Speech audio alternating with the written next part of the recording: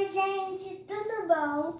Hoje tem mais um vídeo no meu canal e hoje vamos falar de onomatopeias. Ei! E qual tipo de onomatopeias? E o que é onomatopeia, gente? Onomatopeias são sons de pessoas, animais e objetos. Só que hoje eu vou falar de animais! Ei! Animais são muito fofos. Então, bora começar? E não se esqueçam, deixe seu like e acompanhe o vídeo.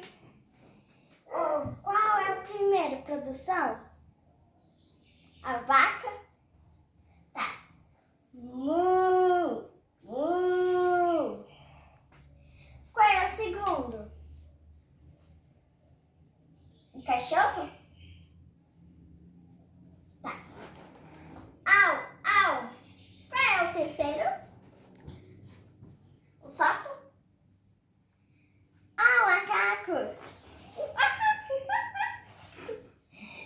Ok. Qual é o quarto? O sapo. É. Crack, crack.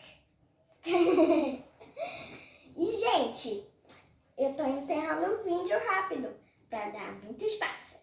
Ó, esses são os sons que eu preparei para vocês. E é isso. Espero que vocês tenham gostado. Beijo, até o próximo vídeo. Tchau!